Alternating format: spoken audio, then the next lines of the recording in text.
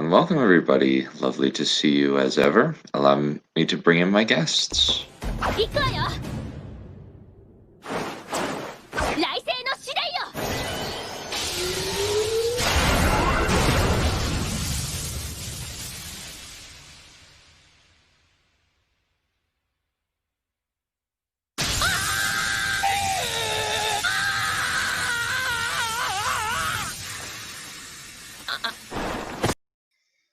Good afternoon, all. Welcome. Also, please welcome Carl Sailor.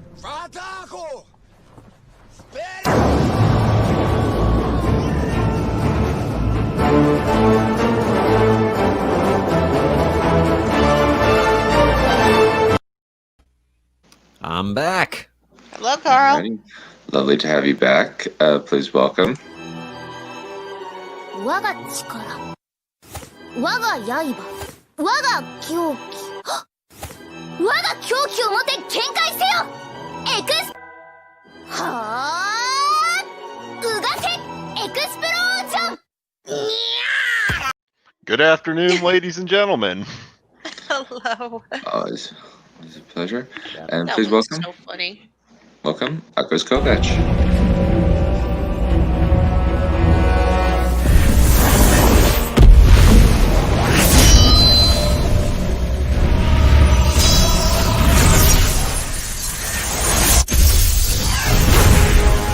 My old enemy. You cannot hide from me. We cannot hide from you. That was actually scary. I do know where. So you know that conversation about the raccoon. Yes. I know how I'm going to utilize him in a way that's not contrived. I don't nice. think I've ever heard the words contrived raccoon before. Well, I'm so not it's sure I want context for this. So we had a lengthy conversation about so we got really bored during School of Movies talking about why Wonder Woman should be pansexual, and we just started making jokes. And somebody talks about how there was somebody said somebody needs to make a raccoon who is demisexual and runs around with pans. We were talking about pansexuals, demisexuals, and then I brought up, the average raccoon can fit in the human anus. Oh, God. So basically the idea is so I'm going to make it into a Captain Planet style cartoon. Where he fights this guy who wants to spread AIDS to the world in order to take it over. Oh my God, Oh, I love God. it. And the worst part is Captain Planet actually had a episode about AIDS. I remember God. this. I think I remember that. It's been so freaking long. Wow. Yeah. So only part of it's going to be unrealistic. Only That some people would actually share that. We actually had a latecomer. Please welcome.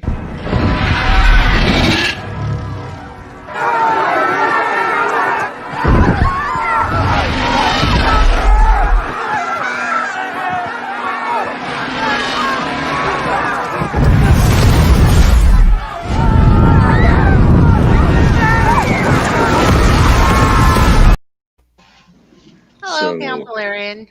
So that's actually the idea, is that there's going to be an oversexed raccoon cartoon that shows in a bar that these kids go to, and they just watch it and are just stunned at how bad it is. Oh my God. Okay. Well, you're not going to have them get attacked by an oversexed raccoon, though. Oh, I'm just going to display it on a screen because I think it would be hilarious. And I will read them. And I will read that part on stream when I write it. But for Is right now, Nice. Is Dragon Blasters going to be illustrated? Because I think you need illustrations. I think. Not Yeah. like before. But I will agree. have- I second the motion for illustrations. I will have to ask somebody, hey, would you be willing to do like a few specific illustrations? I'm going to have to describe, okay, I need you to draw a pox-riddled scientist getting jumped at from behind by a raccoon wielding pans. Well, I think someone could do that. Yeah.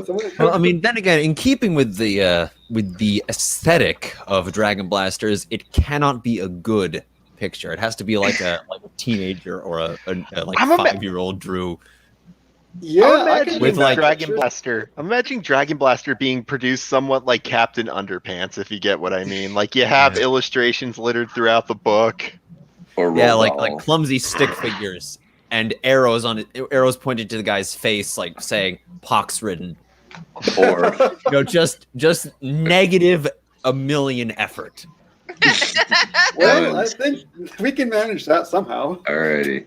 Well, back on topic. Thank you all for coming. I very much appreciate you coming. We actually have a new person. Welcome to nice. Guilty Bishop. Welcome. Guilty Bishop. Yep. Welcome to our regulars.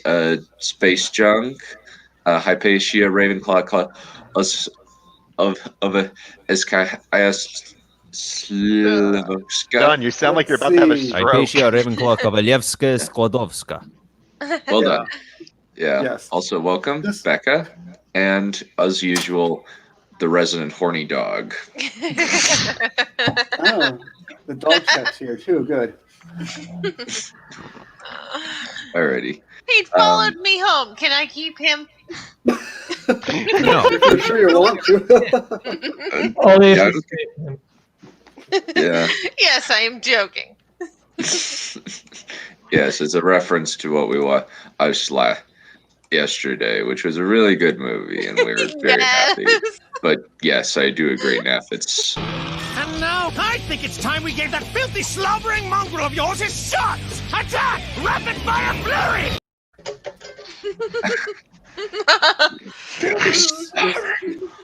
You're so mean to that poor wolf chap. well, he does need his shots, and he is slobbery.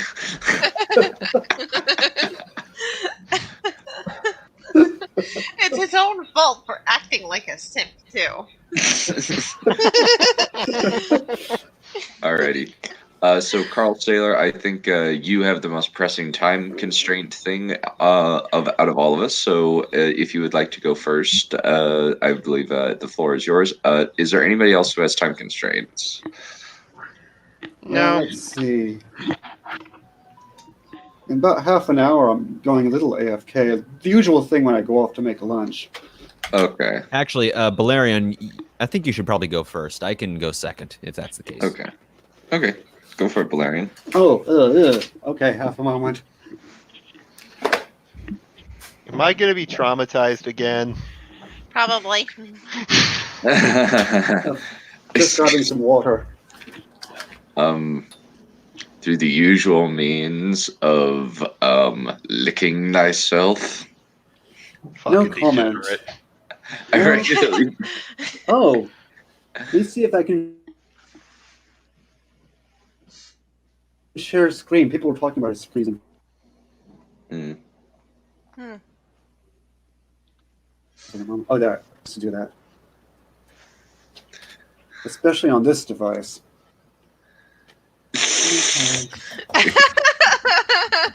Oh no, we bully him all the time. Yeah. Lo. Come on, click this thing, you stupid thing. Thank you. And it's all in good fun. We like him. Yeah, we like him. What the? Oh, He's our come friend. on. There's like He's a limit just to the... Yeah. He's Half just a a moment. friend that's fun to pick on. He's in And he makes the it friend so zone. easy, too. Yes, he makes it really, really friggin' easy. Let's see what happens this time. Sorry. Sorry, but someone did request last time that we share our screens. So Okay. I'm trying to do that, even though it makes it take longer because I have to fight. Everything I do involves fighting my computer. Microsoft Word. Let's see what happens when I click on that. Okay. You want to share your screen, not your application. Yeah, I don't know why it's. I don't know why that came up.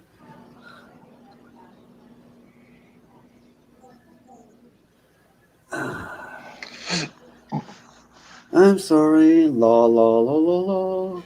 La la la la la. I still hate you, Dylan.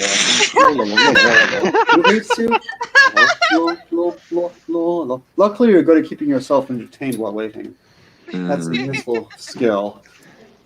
Yeah. No, what? Fooey. Have a moment. Metaphorical sword or literal sword? Because I know what he wants to give her.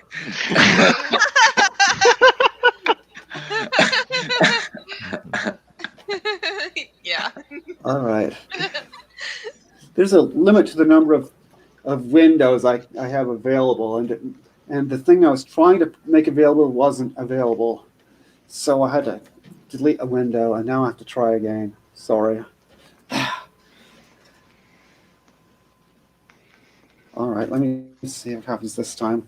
No, you stupid thing. And my axe. See. And my laser. And my sword, quote unquote. And All my right.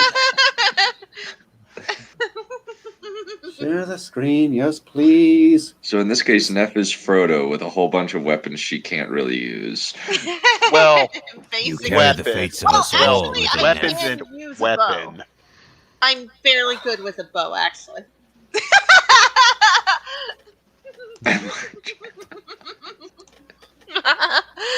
All right, please stop blocking my screen.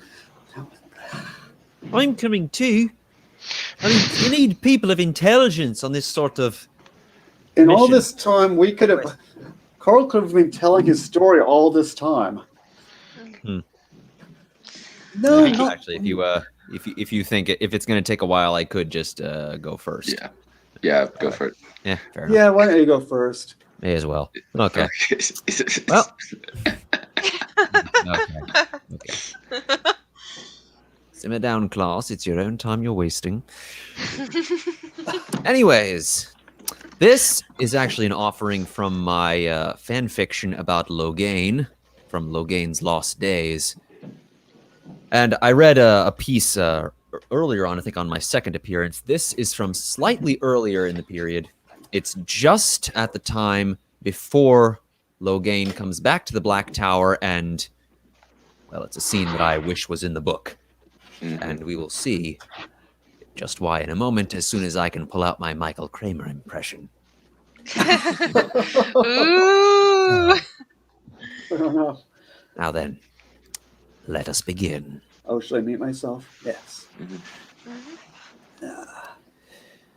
The gateway opened in the center of the Black Tower traveling ground, and Logain stepped through.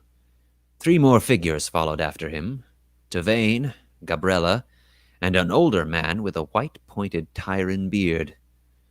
Amarin was to be his name. Lord Algarin Pendaloan had selected it to honor his elder brother, dead these past 10 years after being gentled by the Red Aja. Logain had tried to promise the man a measure of vengeance for his brother, but surprisingly, Algarin refused.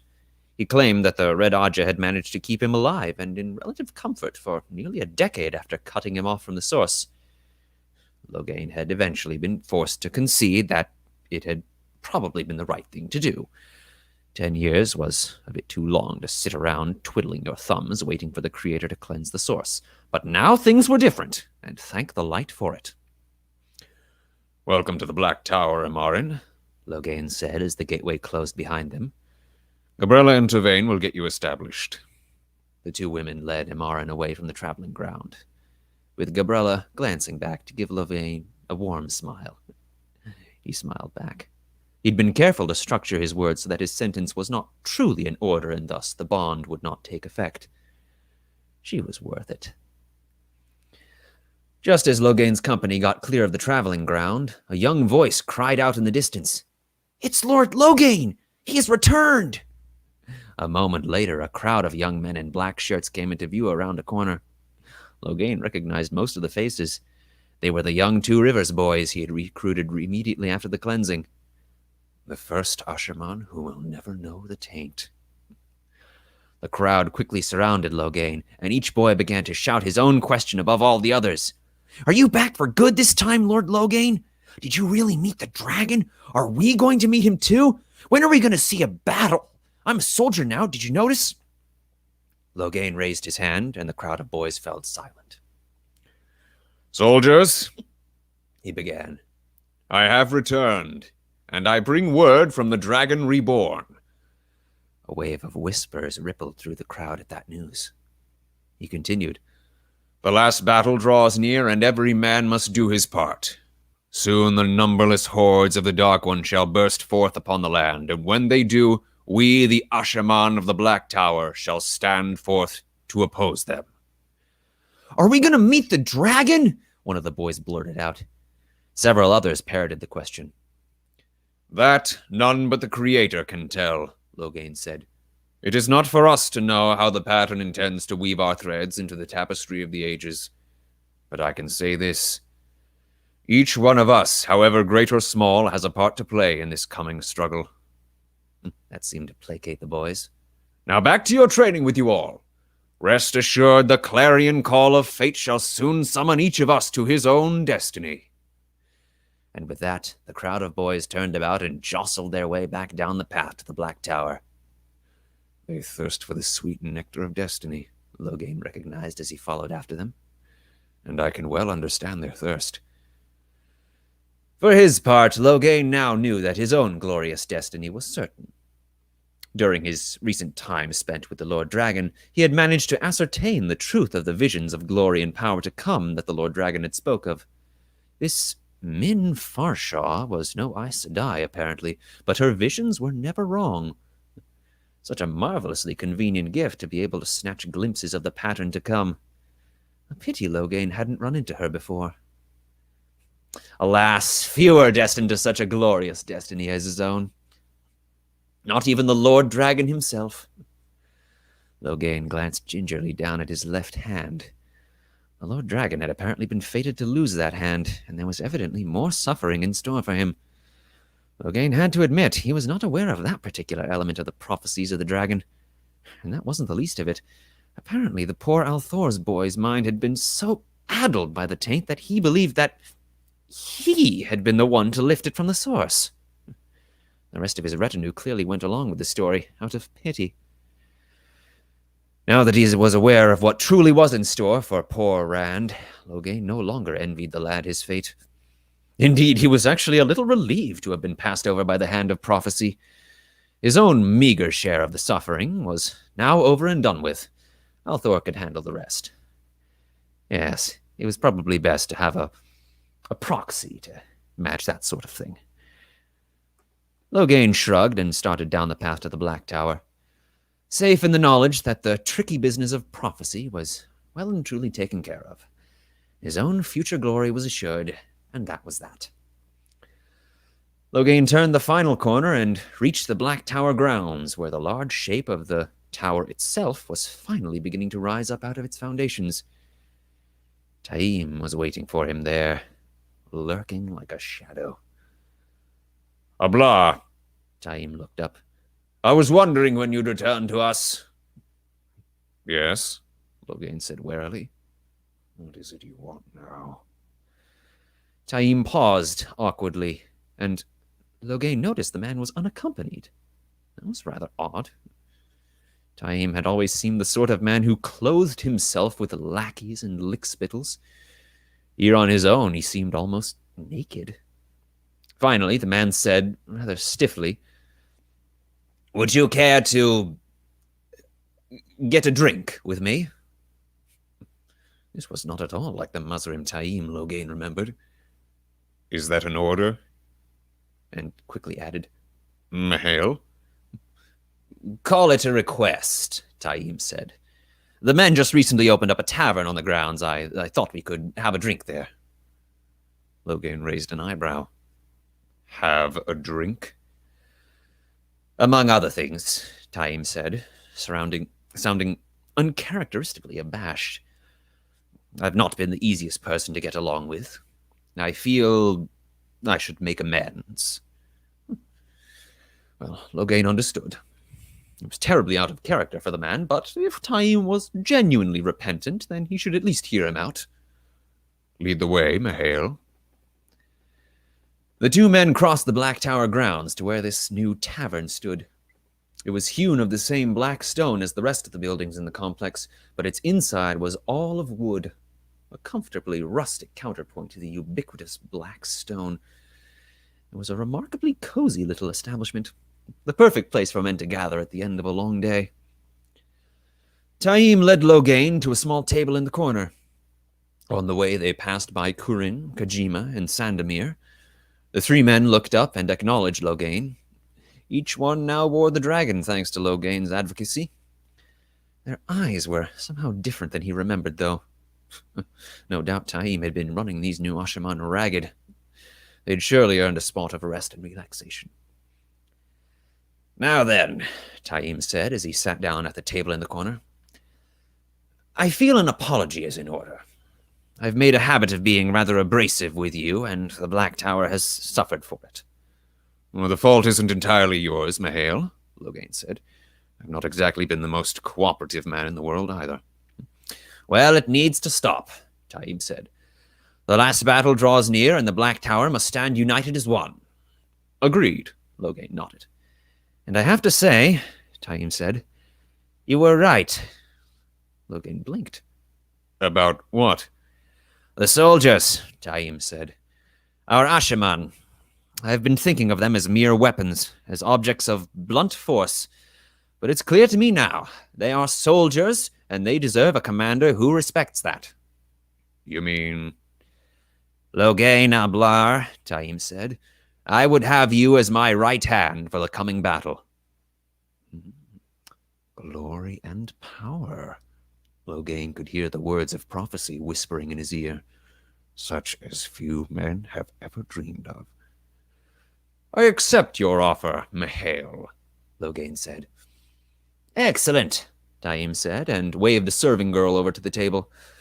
"Girl, 2 stout ales, and be quick about them."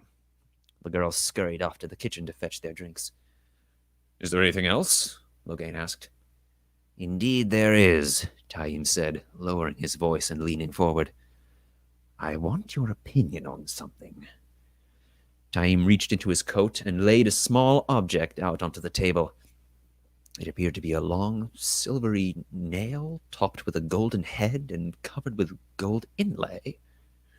"What is it?" Logain asked. "One of the men found it on an expedition," Taim explained. "I believe it's one of those... what's the word? Tangrel?" "Terangrial," Logain corrected. "Yes, one of those. As far as we can determine, it blocks the formation of gateways within a certain area. If someone tries to make a gateway, it will simply unravel as the final weave comes into place." Logain's first thought was, Gernhardt won't be too pleased about this. "It's an interesting device," Logain said, "and it certainly warrants study, but I'm not certain what practical use it has, given that traveling is a technique known only to the Black Tower." "Not anymore," Taim said darkly. "I've heard tell that the White Tower has had the making of gateways for some time now. And recent news is even more disturbing." "What recent news?" "The Shanshan," Taim said darkly. "Reports from our agents in Tarvalon tell us of an assault on the White Tower by the Shanshan, with a number of Aes Sedai taken as prisoners." An assault on the White Tower? Now this was ill news indeed. "Did they use gateways to make the assault?" No, they use their flying beasts, Taim said. But with so many Aes Sedai taken prisoner, I don't think it will be long before the numberless hordes from the Arth Ocean have the making of gateways. It stands to reason, Logain said. Indeed. Well, have you any opinion on the matter, Ablar? Logain considered. He had heard of the cruelty of the Shan-Chan, how in their land male channelers were killed, not executed, hunted down and slaughtered like animals. If the Shan-Chan had the making of gateways, they would murder every last man in the Black Tower, and consider it a mercy besides. They made the Red Aja look like a beggar's charity by comparison. But there was still a chance for peace between them. The Lord Dragon had announced his intention to broker a truce with the Shan-Chan. Logain had parted ways with Althor before the meeting had taken place, but if it all worked out, there would be no need for a gateway blocker. It serves as a measure of last resort, Logain said, but I recommend it be kept hidden until absolutely necessary. Is it not necessary now? As I understand it, the Lord Dragon is currently making diplomatic overtures to the Empress of the Shan-Chan, Logain said. He's trying to broker a truce, at least for the duration of the last battle. I recommend we make diplomacy our first line of defense. That seems a touch naive, Taim said, as the serving girl returned with 2 frothing mugs of ale, if you'll forgive my saying so. Sooner or later, we're all going to have to stop fighting each other, Logain said, taking his mug. The shadow laughs as we quarrel amongst ourselves. Yes, that is true, Taim said. He raised his mug. A toast to the Black Tower. Logain matched the toast. Unified at last. And the 2 men drank.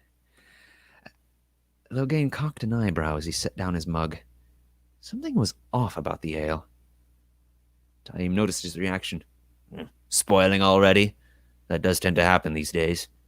Oh, it's not spoilage, Logain said. He took another quick sip of the ale, cautiously swishing the frothing liquid about over his tongue. Yes, there was something else in his ale. Something sharp and minty. Seemed a familiar taste, yet Logain couldn't quite put his finger on it. He seized the source, allowing the fury of Saidin to sharpen his senses. The source eluded him. Saidin slipped through his fingers like a greased pig. What was going on? And then Logain remembered. Yes, back in Saladar, when that Nynaeve woman had been trying to heal him, occasionally dosing him with a strong, minty concoction that made him dizzy. A brew that she claimed could lay low any man or woman who could touch the power. Forkroot. Logain looked up at Taim. You. The man leaned back in his chair, and his face split into a terrible grin. A grin! The man had poisoned him! Logain tried to reach across the table and strangle this wretched traitor.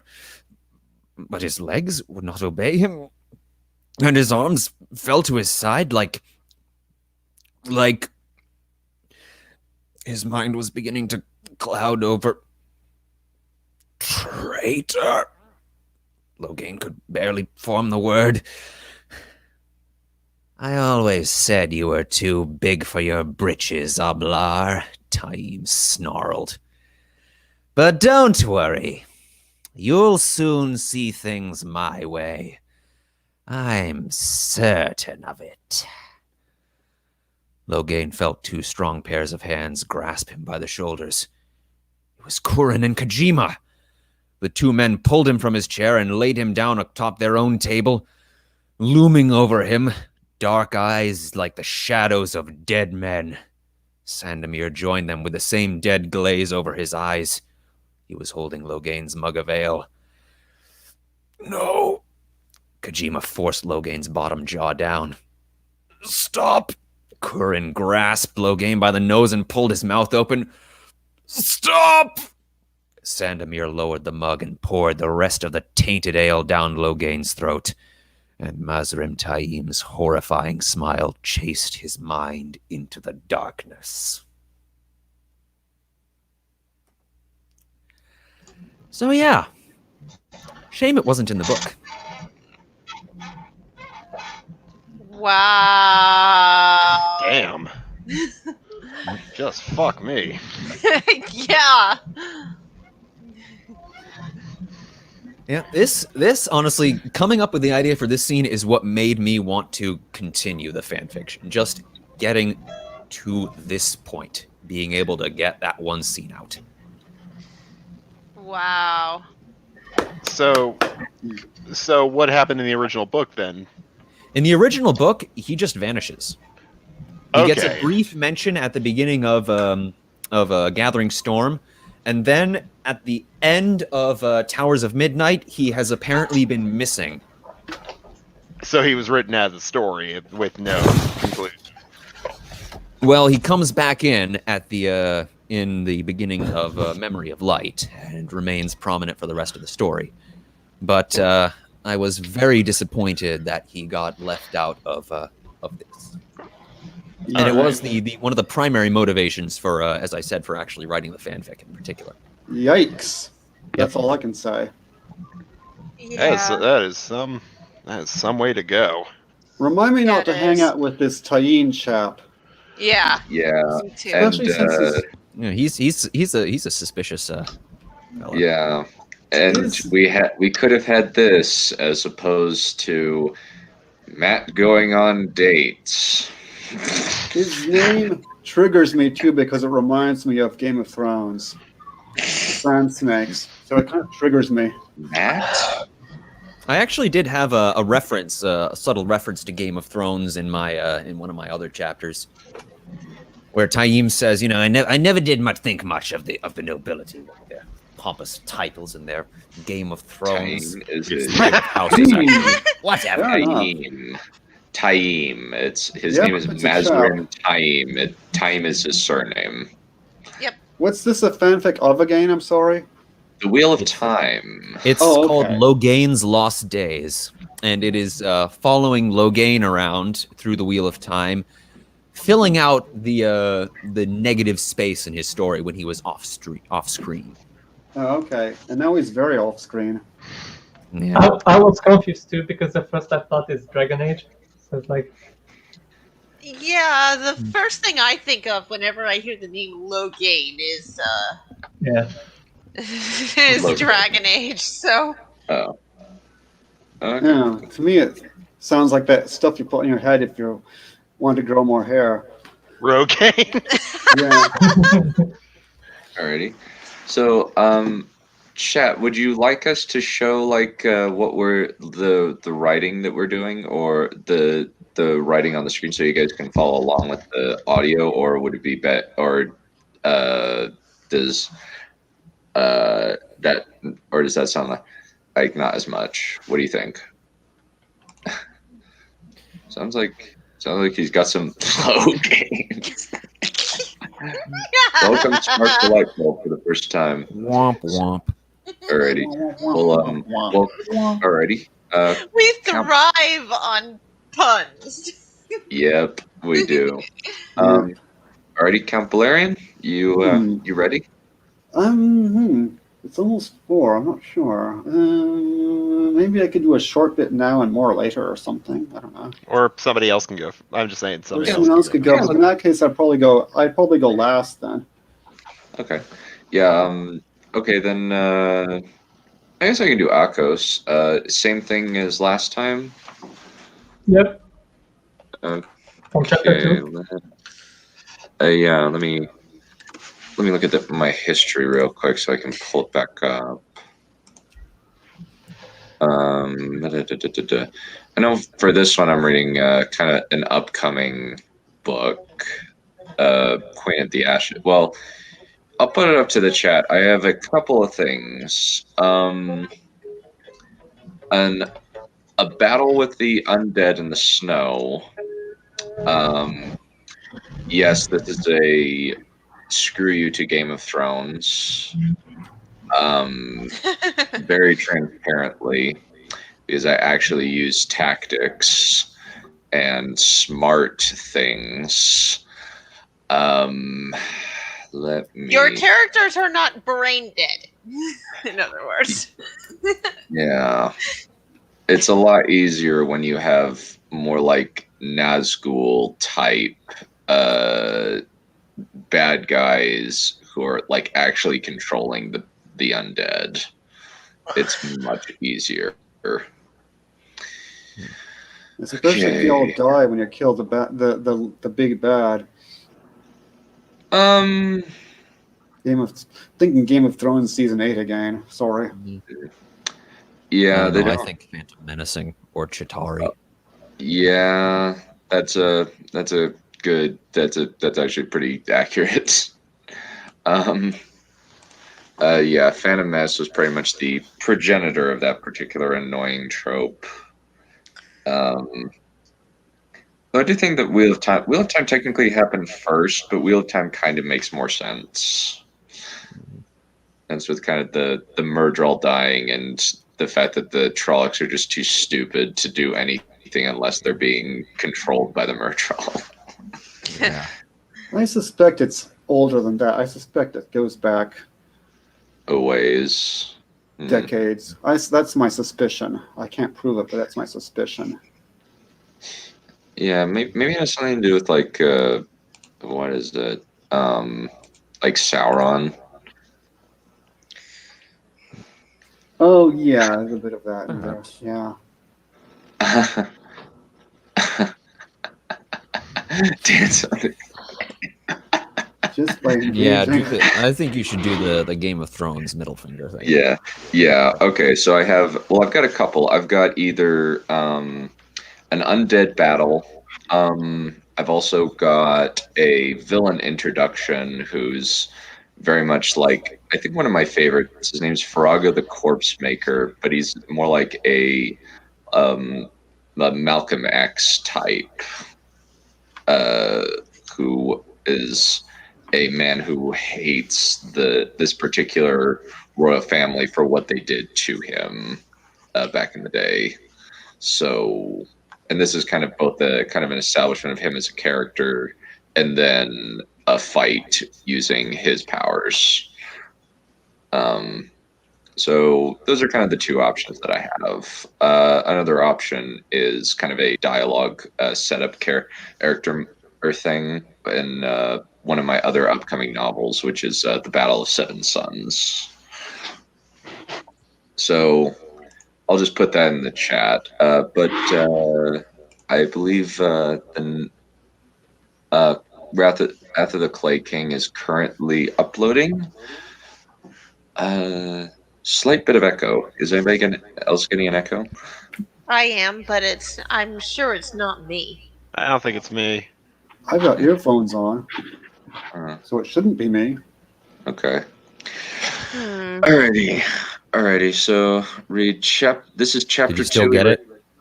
It might have been mine. Little bit. Myself for a bit. Did it go away? Mute yourself for a little bit longer. Let's test. Okay. Yeah, it's gone now. Okay, cool. All right. So this is chapter 2 of the Wrath of the Clay King. The Shadowland was a world trapped in endless dusk. The world that lived under the perpetual gaze of the stars that hung over a moody orange horizon like a flock of crystalline birds perched upon a dais of vibrant amber. A world covered in the blankets of vermilion dunes that stretched wherever the eye could see. But in this great desert stood the pillars of the gods, towering monoliths of rectangular shapes, upon which lay the city of Hestivara, named after her new ruler, with islands of marble walls and blackened ziggurats, connected by bridges and aqueducts built of translucent jade and rusty red granite. 7 pillars and 7 precincts, divided by roles and wealth and caste, but united by the single-minded worship of the throne. On the day of her return from the foreign realms, Hestivara Ava ordered a great feast to celebrate her great adventures. She did not endure battles. She had never fought, and the glorious victories over her enemies ever existed. Her mages wrote stories about these valiant endeavors, her servants sang praises of her courageous nature, and her soldiers wrote poems dedicated to her sublime intelligence. It did not matter that none of these were true, for the people of Hastivra Ava were and to serve, and adolescent worship was the way that rulers ensured their reign. Such was the practice since the foundation of the city. On the third day of the feast, her guest had finally arrived, and in an instant invoked in fear, envy, and fear on those who gaze upon her. She rode a mighty gray stallion, muscular and powerful, with flowing silvery mane and tail, with 8 legs, teeth carved with runes, and eyes like obsidian. A swift and beautiful mount that knew no fear of any kind, a mount that had once borne gods on its back. But his rider was now a dark-clad woman with a strange and ageless pale green skin. The Voyager had left the elegance of her silken robes and had instead opted for a more battle-worthy attire. Form-fitting clothes of charcoal gray leather and protracted poltroons of shining brass, from under which flowed a long purple cape. On her hips hung a simple straight sword, while in her right she held a long pole weapon with a slender curved blade at the end, and on her left a gauntlet of strange design. Black iron and laced gold plates interwoven with the bones of forearms and fingers, with pieces meticulously painted with symbols throbbing with pale blue light. The queen welcomed her in the great hall of her palace, where her feast was taking place. Her residence was, of course, the most lavish of all palaces ever built, where the immaculate white walls and pillars almost blinded the eyes, where the light of torches and braziers danced on the surface of spring water pools, where even the servants and the slaves wore lavish dresses that would make them look like nobles on other worlds. But her own eyes saw beyond the outlandish display of wealth. She stared into the spectral realm and looked upon the world as if staring through the lens of a sapphire, in which she saw the web of life, nerves of throbbing energies, thin as hair running through everyone and everything. And there was a corruption running through those veins that grew more and more sickening the deeper she went. In the great hall, the queen laid on a couch of gold and red cushions that sat atop a dais of pale green granite, in front of a great banner of yellow and green, with the symbol of the pillars strewn upon it. And on each step of the dais her bodyguard stood proudly, and at the feet of it was a long table at which her mages and generals feasted, while dancers and jesters and brawlers on the glass floor provided their entertainment. But when the golden gate swung open, they froze and stared at the Voyager with bated breath. The silence was broken by the queen herself, who had invited her to sit at the feasting table, then to join her in private later on, much to the surprise and disapproval of her generals. With these requests, the Voyager complied, yet expected a more unfriendly welcome. Once the queen grew tired of the feast, they left her for her personal chamber, where she offered wine from her personal collection, amongst other things, in her usual flirtatious manner. The Voyager refused them all, save for the bittersweet taste of wine, for she knew that the queen was only intending to ensure her loyalty, or whatever means necessary. So she said, "My queen, terrible that your father's might just be the if you're willing to offer so much for but my loyalty does not need to be insured, or it cannot be. I cannot be loyal to you or anyone, save for the principles I hold dear. I indulge you if you wish it so much, but must know that it would only be a lasting experience. Bah! Put on your arrogance and I welcome you with open arms and you mock me. My realm is in danger, and you want naught but to humiliate me. She raised her voice, and the guards had their hands slid it upon their weapons. I did not intend to insult you, but I feel I must be honest with you. You have been surrounded by bullikars and slaves here, but I am neither of those. Call it prude if you wish. Now take heed and tell me of this Clay King, my dear. And so the two conversed on the subject of her dread.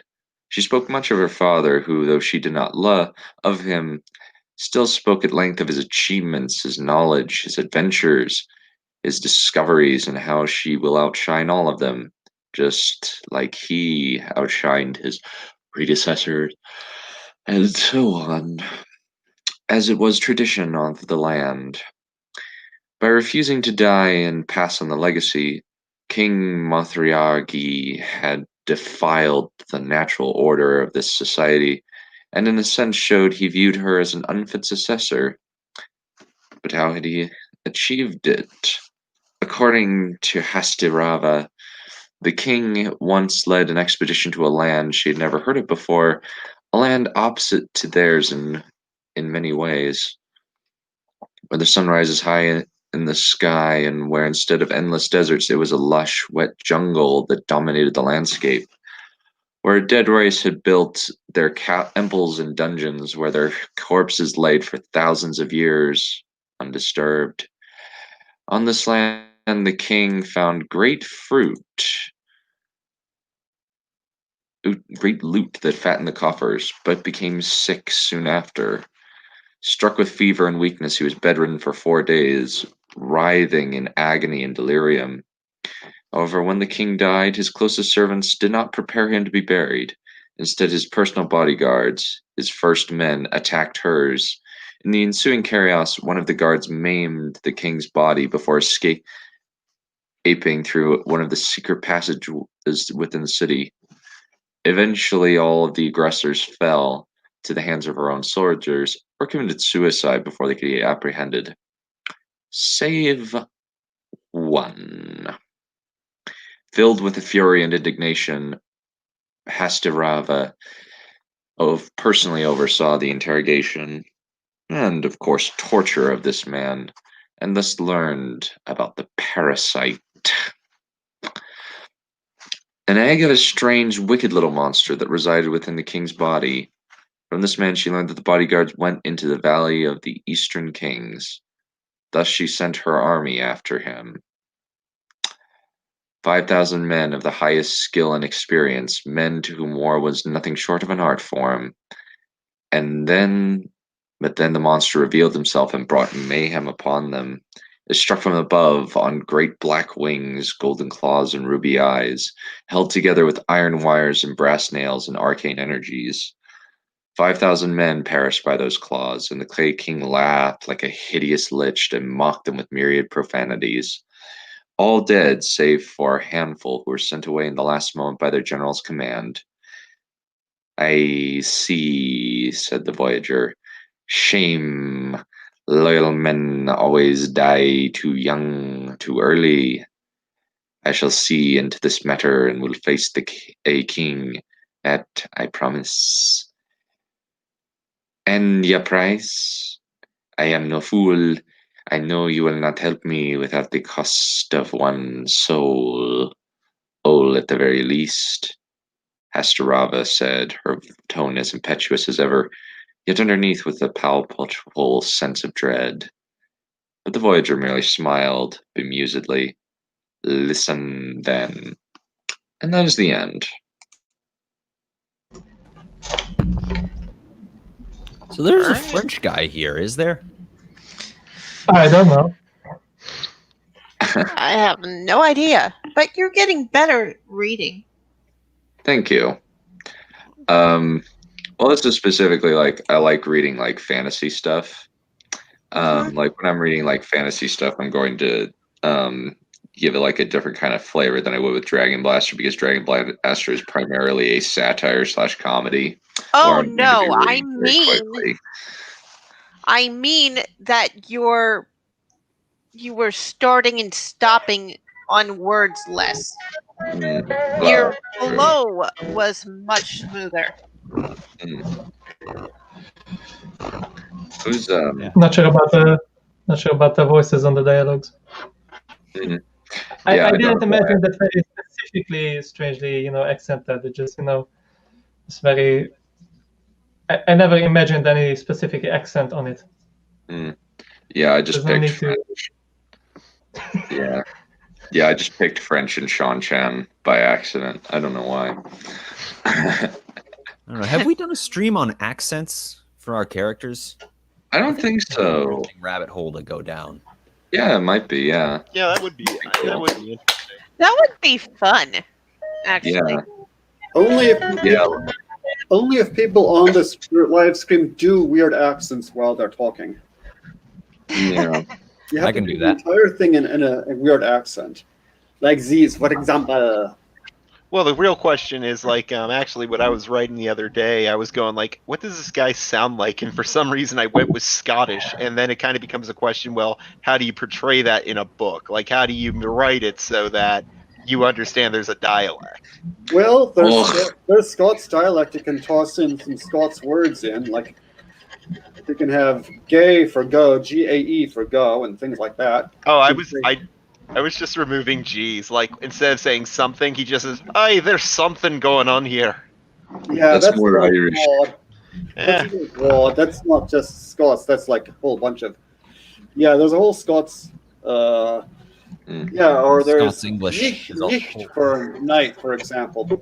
You can look that up on the web. There's probably there's definitely got to be a Wikipedia article you can check. Oh, you wee scamps! What is it about this that makes you all go tipsy up at the moon? I want to die right now. Give me my bottle of gin. I hate this Change the life. laws of physics, Captain. I'm giving her all she's got. I cannot reach the controls, sir. I'm too fat. I've got a Scots brother-in-law. Oh, nice. I used to convince people I was Australian on the tea. Nice. You're right, fucking rip snorter, and no mistake. That sounded more like Cockney. Oh dear. We have Blue. Welcome to the chat. Oh, lovely hey, to Blue. see you. Oh, Blue. Freedom! Mel Gibson intensifies. Yeah. Alrighty. So who's up next? I think it's Akko. So I think it's Balerion's turn now, unless he's already needs to still get lunch. Yeah, I'm sorry. I'm not going to be able to do it for probably another hour. Sorry. Oh, okay. Neph and then Tark, and I guess I'll go next after that if Valerian isn't able to. Okay, sounds good.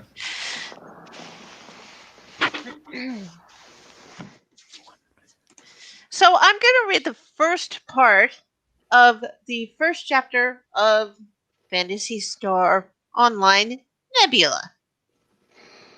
It's been a while since I've read this one because, I wanted to finish the chapter before reading any of it. So, Chapter 1, Day 1, and we've already been yoinked across the galaxy. November 6th, 2022. Fantasy Star Online Nebula, Home 1. Kirtha walked onto the balcony overlooking the arrival strip. The area was fairly large, but the 500 people Milling around made it seem smaller than it was, and the last person to enter, a human female in a generic force uniform, made 500. Home 1 is now at full capacity, Captain, Lee reported. Good, Kirithel replied, watching the players mingling down below. He hated dealing with large numbers of people. 500 to get organized and into fighting shape was a lot, but it could have been so much worse. Every ship could have held 1,000 instead, or even more. And for someone well on their way to becoming a NEET, the way Kirithel knew he was, that would have been an even worse nightmare. Dealing with 500 people was way out of his comfort zone, but he could do it, especially since Lee was putting them all into groups of 5 to 7, depending on class, a force in each. Every party needed a healer, and he had to make sure that no one would get themselves killed before beginning to spec his own character properly. He'd chosen Vanguard so that he'd be able to help everyone learn how to play. It cut into his strength a bit, but reclassing was an option. It was always an option. For now, it was time to meet everyone else. Usna stayed close to the arrival point. Where was her brother? Where was Ko? What was she supposed to do without her brother? Ko was supposed to do everything with her, at least to start with.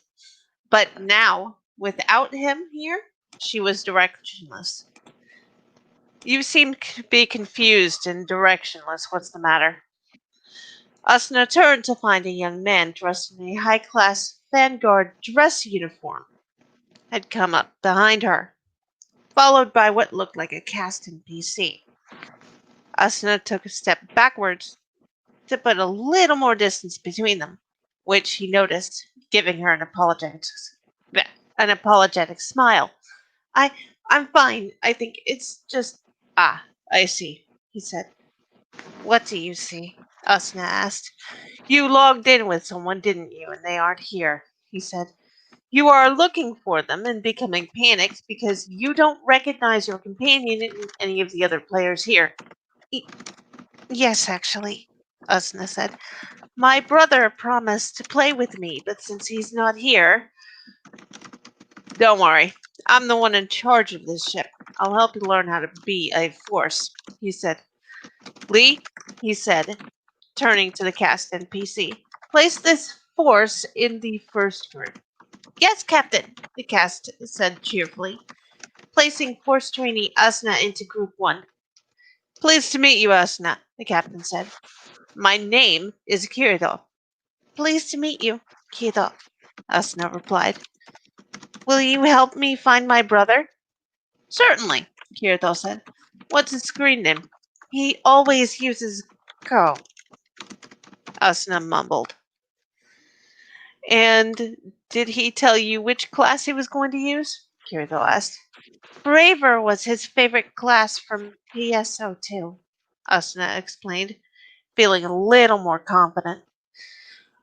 Lee, see if you can't find the Braver Ko on our roster, Kirithel ordered, turning his head to look at the cast. If he's not here, contact Argo over on the Argo, and she'll be able to find him. Yes, sir, Lee obeyed happily as she pulled up the ship's player roster. While you're doing that, Lee, can you tell me who else is in the Group 1? Kirithel asked. Lee turned to him. Braver trainee Klein, Ranger trainee Xenon, Summoner trainee Silica, and Hunter trainee Seba are all in Group 1, sir, the cast said. Then she continued a moment later. Braver trainee Ko does not appear to be on Home 1's roster. Shall I contact Argo, captain of the Argo, right away? If you would, Lee, Kirithel asked with a smile. Over on the Argo, Usna, Ko called, as his eyes roved over the players milling around the reception area of the Argo. Where is she? He wondered, fiddling with the strap of his quiver. You look worried about something, said a voice that had him turning around to see a human female standing there with a cast NPC at her elbow. I'm looking for someone, Ko explained. You logged in with someone then? The girl asked. Who are you? He asked. I don't think I caught your name. The girl giggled. That's because I haven't introduced myself yet, she said with a cheerful, crooked little grin. The name's Argo. What's your name? I go by Ko, he said, and I'm looking for my sister. Captain, there is an Captain, there is an incoming message from Home 1. The cast NPC spoke up. Patch them through, please, Jason, Argo said. Yes, Captain, Jason said, a hologram lighting from his wrist. 2 people appeared on the screen. Ah, Kiba! Argo grinned widely. What did you need of me? Afternoon, Argo. I'm looking for someone, Kibo said. And as you are the fleet's top information broker, I felt you would be the best person to ask. Get on with it, Kibo. Argo groaned. Kibo chuckled. One of my trainees logged in with her older brother, he said. Only problem is he doesn't appear to be on the roster for Home 1. Do you know his name in class? Argo asked. Braver trainee Ko, Kibo replied. Argo smirked. What a coincidence, she said. I have a braver trainee Ko with me right now looking for his little sister. It's too bad the game doesn't allow transfers between ships, though joint missions are allowed. I'll see about setting up a few after we run through the tutorial, Kibo agreed. Have fun with that, Kibo, Argo said. I'm sure I will, Kibo replied, sarcasm dripping heavily from his voice. We will see you later. The connection went dead. Ko sighed. He seemed nice. Kibo is very sweet, Argo told him. Your sister is in good hands. The best. He's a good player then? Ko asked. The best, Argo reassured him. He will make sure your sister survives. Ko sighed in relief. Tokyo. Daizawa International Middle School. Sugaha sighed as she reached her school with several minutes to spare. She wasn't quite in the clear yet, since she still needed to get to the club room, but Sugaha wasn't worried about being late. When the rest of the girls in the club had started talking obsessively about the new virtual reality iteration of Phantasy Star on the Nerve Gear, had asked her about it, they'd been dismayed to learn that she would be of no help. Kagome had brought in her laptop the next day with an Xbox controller, and Sugaha had been hooked since. The hardest part was hiding her new hobby from her brother. Suga, Kagome called with a smile. Good, you're here, she said when she saw Sugaha. Are you ready? You know I am, Sugaha giggled. You have no idea how hard it was trying to hide this from Onita. Oh, that's right. He was a beta tester for the game, wasn't he? Kagome asked as she handed Sugaha her nerve gear. Yeah, I took a look at his information on the game one of the days he was testing it. I think I'm going to go with the braver class.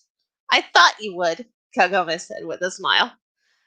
That one allows you to play as an archer and as a samurai, if I remember right. Sugaha nodded as she pulled the nerve gear on. See you on the ship, she said as she lay down. Link starts. Sugaha eyed the 4 races. Newman, I think, she said, tapping the icon. Yes, I want to customize my form. It took a few minutes for her to find the right shade of blonde she wanted. and half of that to find the bright emerald green she liked so much for her eyes. She chose to have her hair done in a high, long ponytail, and then went looking for a practical outfit. Finally, happy with her choice, Sugaha entered her chosen name, Lifa. Welcome, Lifa, to Phantasy Star Online Nebula, the voice said as her world went black. Lifa stumbled slightly as her vision came back to the docking bay of one of the 1,000 ships in the fleet. I really hope I haven't ended up on my brother's ship, she mumbled to herself as she looked around. That would make it utterly impossible to hide this from him. The fact that she was playing his game made her a bit nervous. The sound of a familiar voice caused her to stop and turn. I'm sure we will, her brother's voice said. We'll see you later. Lifa almost fell on her face before she was caught. Whoa there, are you okay? Lifa looked up to see that he was another braver. Yeah, I think I'm fine, she replied as he helped her stand up again. I'm Lifa. Who are you? Name's Ko, and I see you chose to be a braver too, Ko said with a smile. I practice kendo, so I figured I'd go with something that I'm familiar with, Lifa replied as Ko let go of her hand. So who's your new Newman friend, Ko? The young woman in the Vanguard uniform asked. Lifa, this is Argo. She's the one in charge of our home ship. Argo, this is Lifa. Pleased to meet you, Argo, Lifa said. If I may ask, who was that calling you? That was just Kiba, Argo replied. Ko here was supposed to be playing with his sister, and she ended up on his ship instead of mine. Home one. All right. Now that that's taken care of, Kirito gave Asuna a smile. Let's go find the rest of Group 1 so that I can get started on those tutorials. Asuna nodded. Okay, I should just follow you then, shouldn't I? That would be the simplest thing to do, yes, Kirito agreed. All right then, Asuna agreed as she fell into step behind him. Lee, use the ship's PA system to call the rest of Group 1 to departures. We've got work to do, Kirito said. Yes, sir, Lee stated. Above the quiet background chatter of 500 other players chatting, the PA system beeped. Would trainees Klein, Seba, Shinon, and Silica please report to departures? Lee, if you could handle explaining how tutorials are going to be conducted, please, Kirito said as he turned to the cast. He was still eyeing the clumps of players apprehensively. I can do that, Captain, Lee replied, turning her almost too human face to him. But you will eventually need to address them yourself. I do know that, Kirito admitted. It was something he wanted to put off as long as possible. But I doubt I'll be able to, even after I know them all well enough. It did not take very long for the 4 players who were called to approach the area where Kirito, Asuna, and Lee were waiting for them. All right, Kirito began after clearing his throat. All right. What are your names and classes so I know who I'm working with? You can also tell the rest of us how many PSO games you've played, if you're comfortable doing so. The 3 girls shared a glance before looking at the only other male in the group. He was taller than Kirito by half a head, with smooth auburn hair and the beginning of a scraggly beard. He was in what Kirito recognized as a default Braver uniform. I'm Klein, a Braver, Klein said. I think this is my 4th? Yeah, 4th PSO game. Kirito nodded as one of the girls, a petite human with short blue hair and a rifle slung over her shoulder. I'm Sinon. I'm a ranger, she said. I'm Silica. I'm a summoner. The smallest girl, a Newman, said. I'm Seba, a hunter, the final girl said. The final girl, another Newman, said. I'm Asuna. I'm a force. Asuna introduced herself. And I'm Kirithel, a Vanguard. I run this ship. Kirithel finished. Do you know anyone else on this ship? He asked, looking to the other players. I've got 5 friends. Each of us are a different class, Klein said, raising his hand a little. Kirithel gave him a nod. Now then, let's get onto the ship and down to the planet. Where are we going? Usna asked, leading the group onto the ship. Kirithel walked past her and sat down, pressing a few buttons on the controls. We're heading to Asiri. It's modeled after Neveris from PSO2. Usna sat down next to him. So it's 4C. Got some ice, snow and caves? Yes, and we're headed off to the forest region, Kirithel stated. It'll take about a minute to get there. And that's it. Very nice. Very nice indeed. Very nice. Is this, oh. Dang it, the mute button on my microphone doesn't work anymore. That sucks. Aw. Well, there is a mute button in StreamYard. I know it's in... You could use it that. Yeah, like I like having just like something that's right by my finger that I can press, but it's kind of weird that it's just like, yeah, I probably just need to get in. Well, it seems like it works fine, but we'll see. I heard a lot of terms I did not understand. Yeah. That is because it is weebs. I have a Phantasy Star game for my PS4 I just have never played. So, my question is the smug dragon going to turn up at any point in this one? Well, there is a dragon boss that you get to fight for the second expedition mission from Phantasy Star Online 2. It also makes an appearance in a couple of other games, so yeah, I'm taking that boss. Okay, good, because we want smug dragons in space. I am a weeb and proud. And yes, cadence is the correct word, Hypatia. Yep. That is indeed Yep, correct. this is weebland around here. Dropping the meme mask. Yeah. It's like the Scar thing. But like I'm surrounded by weed. Well, you Nothing are a wrong with weeb being too. a weeb. I only like Yu-Gi-Oh! That is the only bit of weebdom I like. I'm the That least still weeby of us all. qualifies you as a weeb. I'm pre-weeb. So, I'm pre-weeb. Well, I got to hug multiple people. They just weren't girls, and it was driving me nuts. Yeah. well, it's all the same with you All right. weebs. I think it's about time for me to tap out for the evening. All right. For my early wake up. Oh dear. I am. All right. I am. Well, everyone seems All right. to be having fun. So, All right. We'll see you later, Carl. I will put the link to your book in the description below. thanks. Have a nice night, Carl. All right. Hi, Carl. Night.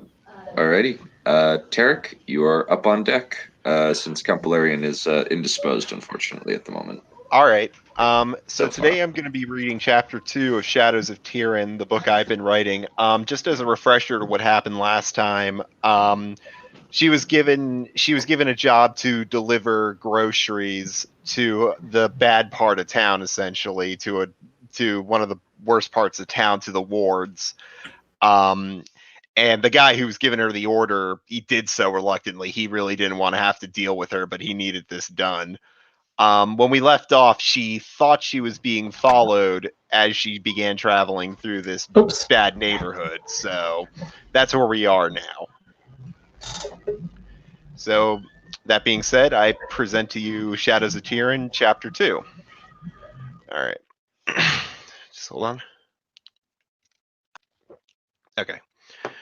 Despite her initial paranoia, Aviana arrived at the inn without incident and entered the wooden door, slamming it behind her. She put the bag down on the floor and leaned her head against the door, taking several exhausted breaths, her body aching from the journey. Once she collected herself, she began to survey the inn. The interior wasn't much warmer than outside, and it lacked the relaxing atmosphere she had seen at other inns and taverns around the town. The dark wooden tables and chairs all sat empty. They were dirty, covered in dust, and had deep knife marks carved into them. The ceiling was full of holes of varying shapes and sizes, and one of the walls had a large dent in it as though it had been hit by a cannon. To her left, there was what looked to be a once rather impressive fireplace, now nothing more than blackened stone and rubble. What bothered her the most, though, was the strange scent that seemed to permeate the entire building. It was a foul odor, like rotting food and mold that had been sitting out all summer. The smell was causing her to gag as she breathed through her nose. Aviana picked up the bag and slowly approached the bar counter, breathing out of her mouth, her head barely able to see over the countertop. Not even the bar counter had been spared from whatever events took place here. Scratches, knife markings, and a part of it looked darker than the rest, as though something had been burnt on it. Hello? I'm here to make a delivery, Aviana called out before taking another look around the dining room. She heard a loud crash from back behind the bar. A figure stumbled their way out of the back room. The figure revealed himself to be a pale, frail-looking man with thin, wiry, graying black hair. His face was thin, with a dirty gray beard that had a very prominent yellow stain. He was a lanky man, with thin arms, legs, a tall chest, and smelled like sour milk. He was wearing a dirty green shirt and mud-covered pants, as well as a rope in place of a belt. His body was leaning and shaking in strange ways, and his eyes were half closed. He was mumbling to himself, slurring his words as he spoke, revealing his crooked, yellowed, and blackened teeth. What in your best do you want? The man said, steadying himself on the bar counter. Sarah sent me to deliver your grocery order, Aviana said, pulling the invoice from the bag next to her. The man blinked a few times, looking down at the bag, squinting a little before turning his attention back to Aviana. He took the invoice and looked it over, mumbling something to himself, before suddenly his eyes went wide. 30 Dharma? Has Seraph lost his senses? The man screamed at Aviana's direction. Aviana jumped as the man screamed and shrunk down, trying to make herself as small as possible. The man only turned his attention to her when she started whimpering and quivering. His face was red and his lips were twisted into a vicious-looking frown. You go back to Seraph and tell him I'm only paying 15 Dharma for his garbage. Aviana felt her heart sink and a whimper leave her throat. Please, sir, I beg of you, just pay what Seraph wants. If you don't, I might not get paid. Aviana cried as cold tears began rolling down her face, stinging her cheeks. I'm not paying 30 Dharma. Take the 15 or leave. The man screamed, leaning down. He was close to her face now, his breath smelling like a garbage pit, and she could see the veins in his forehead pulsing. All right, I will, sir, Aviana replied in a stutter, unable to look the man in the eye. Put the bag in the kitchen, the man ordered, walking around her. Aviana picked up the bag and slowly dragged it to the door behind the bar. The moment she entered the kitchen, she discovered the cause of the strange smell that permeated the building. The entire kitchen was surrounded by stained and maggot-covered meat, molding wooden dishware, and rotting fruits and vegetables. Also, despite it being winter, flies had taken over the kitchen, flying all over the room and into Aviana's face. She dropped the bag quickly and ran out of the kitchen, coughing and choking, desperate for clean air. She was just thankful it wasn't summer. Otherwise, the smell might have caused her to faint. What's the matter with you? The man asked, holding a small coin purse in his hand that was jingling with every wobbly step he took. Nothing, Aviana said, doing her damnedest to hold back the vomit that was welling in her throat. The man tossed the coin purse at her and pointed to the door. Aviana caught the bag and held it close to her chest as she walked back out of the tavern, the door slamming shut behind her. Just as she exited, the wind picked up and howled down the street. The clear blue sky had turned foul as dark clouds rapidly began covering it. She began walking back the way she came, pacing herself slowly as she tried to bundle herself with the clothing she had.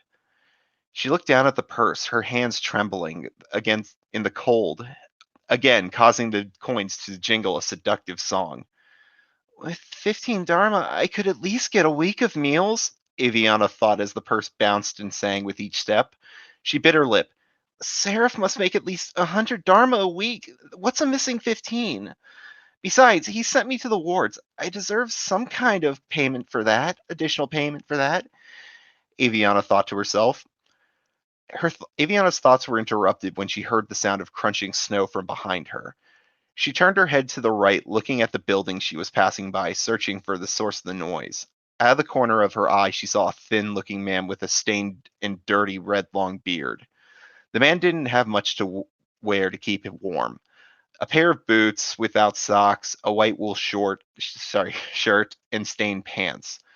The man's face was thick, but his eyes were sunken in along with his bright red cheeks. Aviana turned her head forward and began to walk faster as it began to rain small snowflakes. A harsh wind began to blow, causing her to stumble as it nearly blew her onto her back. She pushed against the wind, struggling with each step until it finally died down. The moment it did, she sprinted, turning her head back and watching as the man had started charging at her. Aviana's legs and lungs screamed in protest as she ran through the streets. She noticed a few people sitting in the alleyway watching, but doing nothing to assist or hinder her. She made a quick right turn to the right and kept running, her head still looking behind her. The man was close to catching up. He may have been weak and half-starved, but his longer legs were giving him a significant advantage. She turned her head back around and stopped suddenly. The turn she made had led her down an alleyway, with the walls of the surrounding buildings looming over her. Though the alley was wide, there was no way she'd be able to run out of it without the man catching her. Qatar! Qatar! Aviana cried out. She turned her head and saw the man now slowly approaching her. Just give me the purse, girl. I know Jacques paid you for that delivery. No need to have this turn unpleasant, the man said, his voice cold and shaky. She scanned the area quickly, hoping to find a door or window to escape, but there was none to be found. However, she did find a large stone sitting on the ground. In one swift motion, she put the purse in her shirt and lifted the stone. Then she turned around and threw it to her right. The man veered off to where the stone had landed, and Aviana ran back out the alley onto the main street. She heard the man cry out, scream in frustration as she continued running, her body still protesting. Just when she felt she couldn't run anymore, she found sanctuary, an alley between two houses that looked big enough to fit through. She ignored her body's protest and sprinted as fast as her tired legs and pounding chest would go. She could hear the man shouting from behind her, his footsteps getting closer. She was almost there, just a few more feet, and she'd be able to slip away. Suddenly the wind picked up again, and she could feel her long hair float in the wind as the man's hand brushed against it. Aviana screamed and made one more final push to the alley and ran between the buildings, managing to run right through the passage. The man exploded in fury behind her as he began to curse and swear so loud that she was certain those in the abyss could probably hear him. Aviana panted and looked up. The alley had led her into what seemed to have been an empty lot behind several houses. She turned and looked down from where she had just came. The man was still yelling, attempting to squeeze through the passage, but he was just too big to fit. She took a seat on the snow-covered ground, her heart panting so loud she could hear it in her ears. She was exhausted. She was so exhausted that she didn't even feel the falling snow hitting her head or cheeks as she sat. The sprint had taken its toll on her. Her legs were throbbing in pain, and her stomach was growling in hunger and frustration. Every part of her just wanted to sit there for the next few days to recover. After a few moments of sitting in the snow, she forced herself onto her feet, still a bit wobbly and using the wall behind her to help lift her up. The sky was now completely dark, and the snow was falling harder, although the most troubling part was that she had no idea where she was. She began walking to the other side of the lot and managed to slip through another small alleyway that led her out onto a new street. The street consisted of a row of half-burned buildings, as well as a large stone wall to the left. Aviana was relieved when she saw the wall. meant she was on the outskirts of the wards near the Tyrion wall. She began following the street towards the east. As long as she followed the wall, it would lead her back to the river. She continued following the wall, while doing so, it had led her to a particularly damaged street. The entire area looked decimated, with ash and scorch marks all over the ground. Entire structures were toppled over, with heavily damaged wood and stone pieces littering the street. What few buildings that weren't rubble were in unlivable conditions, with roofs and walls having fallen, most likely due to the snow. Unlike the other areas of the wards, there was no one squatting here or opportunistic bandits to looking through the remains, at least not that she could see. Aviana kept her head down as she walked through the destroyed street, keeping her eye on the surrounding buildings, paranoia beginning to well up in her stomach. She tried to run again, wanting to leave as quickly as possible, but her body refused. She was tired, hungry, and didn't have any energy left for such an effort. As she continued to walk, she began to feel lightheaded and nauseous, but she refused to stop. However, it wasn't long before her body just stopped moving and demanded rest. She wiped the snow away from a stone step belonging to a fire-damaged house and sat down, panting, her breath visible in the air. Her body was freezing now. All of the adrenaline from the chase was gone, leaving her feeling colder than before. She could feel her hands starting to go numb, as well as her arms, as she ducked them into her shirt, trying to keep them warm. As she shivered, she turned back and saw that the footprints she had made in the snow were already starting to be filled with the falling snow from above. Just then, she heard a loud creaking sound. She looked across the street at the house across the street, and saw that the building's second floor had been exposed due to the entire roof being blown apart. There was a large connection of snow that was continuing to grow as more fell on the remains of the second floor. The supports on the first floor began to creak louder until she heard a loud snap. She nearly fell over herself as she scampered away from the building, her protesting body be damned, as she ducked into the house she was sitting in front of. She closed the door, and a moment later, she heard a loud crash that shook the timbers of her hiding spot, as well as the sound of wood and stone smacking against the walls of the house. What little glass there was on the window was now entirely gone, as a cloud of dust and ash entered the house. Aviana sighed in relief and took a step towards the window, glass crunching and shattering under her boots as she looked out the window. The entire structure was now just a pile of timber and loose stone. She was about to open the door when she stopped and looked behind her and realized that despite the damage outside, the house looked a bit more stable than the others. The room she was in led to two others, with a door in the front of her and an open door frame on her right, which appeared to be a kitchen area. Though it seemed safe, she walked through the empty foyer as carefully as possible, not wanting to risk the structure falling down on her. She slowly walked towards the closed door and then opened it, revealing it to be a bedroom.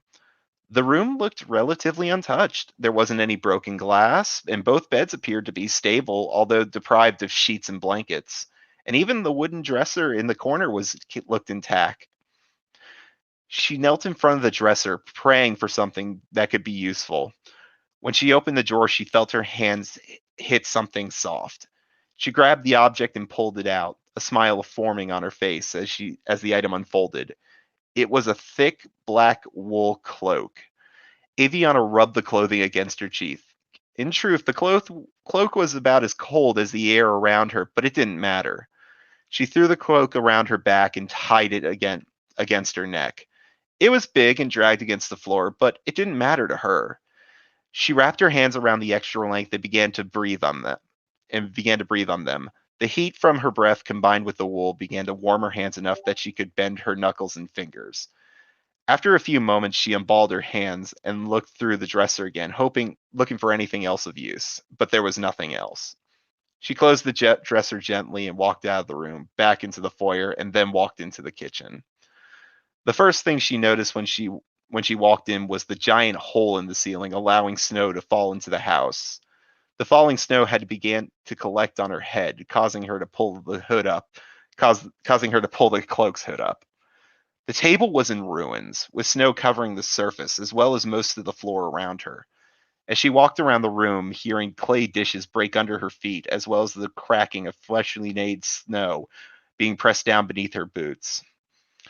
She surveyed the room and noticed something laying on the ground, sticking out of the snow. She walked over to it and began to dust the snow off the object with the cloak, and another smile spread across her lips. It was a silver pendant, a pretty uncommon kind of jewelry for this part of town. Normally, most of the ward's residents wore something with brass or unpolished copper. Aviana tried to pull the pendant away, only to find it stuck to the floor, unmoving no matter how hard she pulled. She frowned and wiped away more of the frost, only to be met with a layer of ice. She got up and looked around the table, wiping off the snow and ice buildup until she found something, a knife. Aviana pulled the utensil off the table, ice cracking around it until it finally gave away. She stumbled backward with the knife in her hand. The elements had caused the blade to rust and become dull.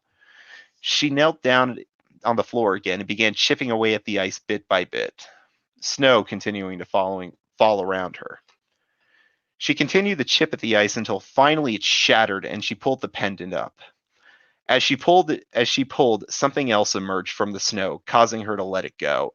It was a skull, staring back at her with its empty eyeless sockets and the pendant wrapped around its neck.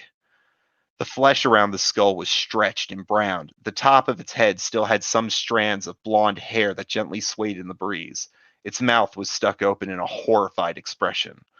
What disturbed her the most was the size of the skull. It was much smaller than an adult's. She looked down a bit further and noticed the clothing on the corpse.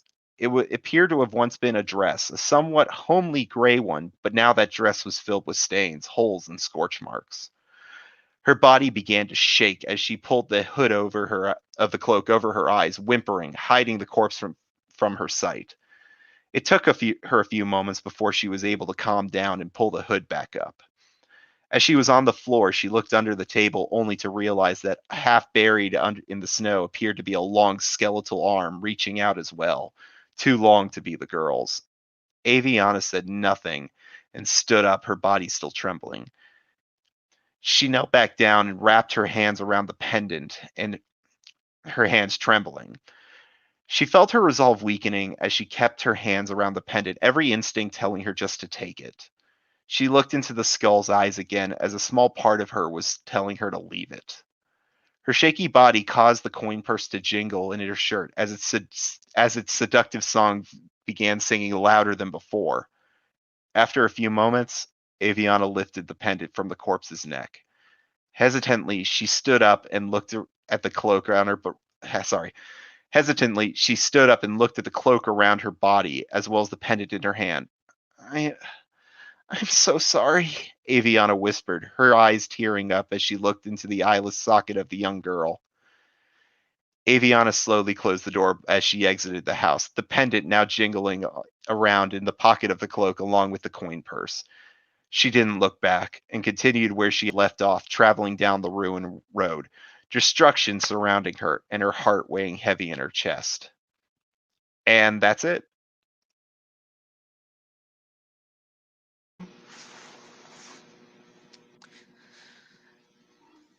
That was really engaging. Nice. Thank you. It seems that everyone in this world is kind of a jerk, though.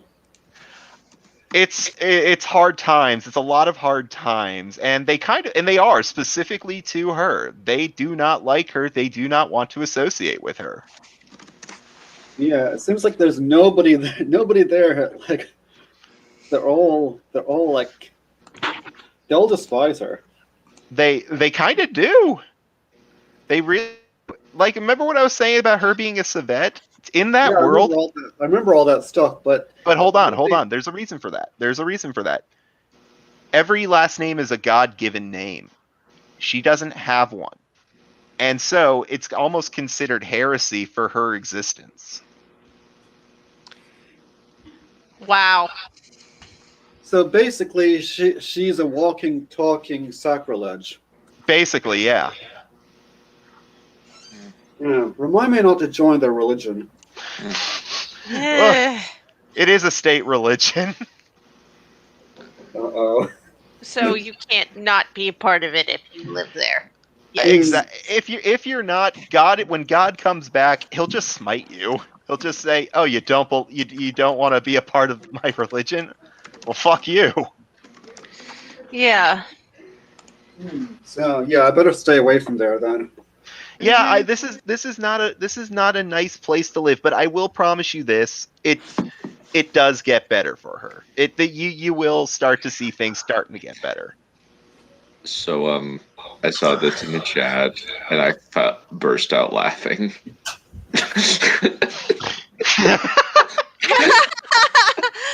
That is awesome. Hopefully not with raccoons though.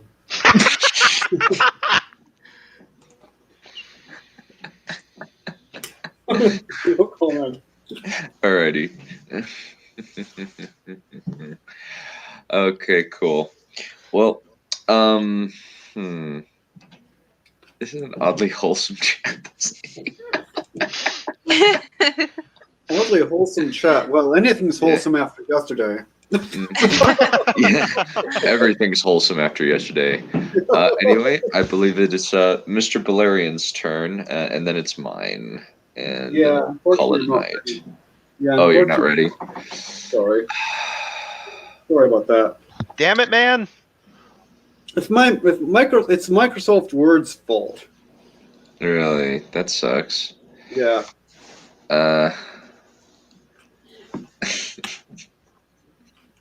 Okay.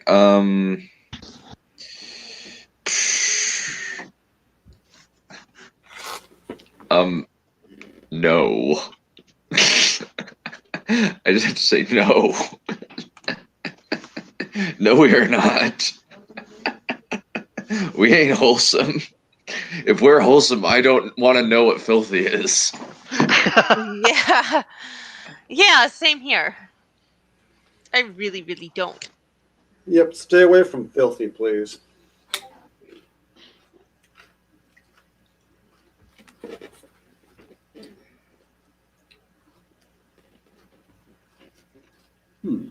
Now what's happening?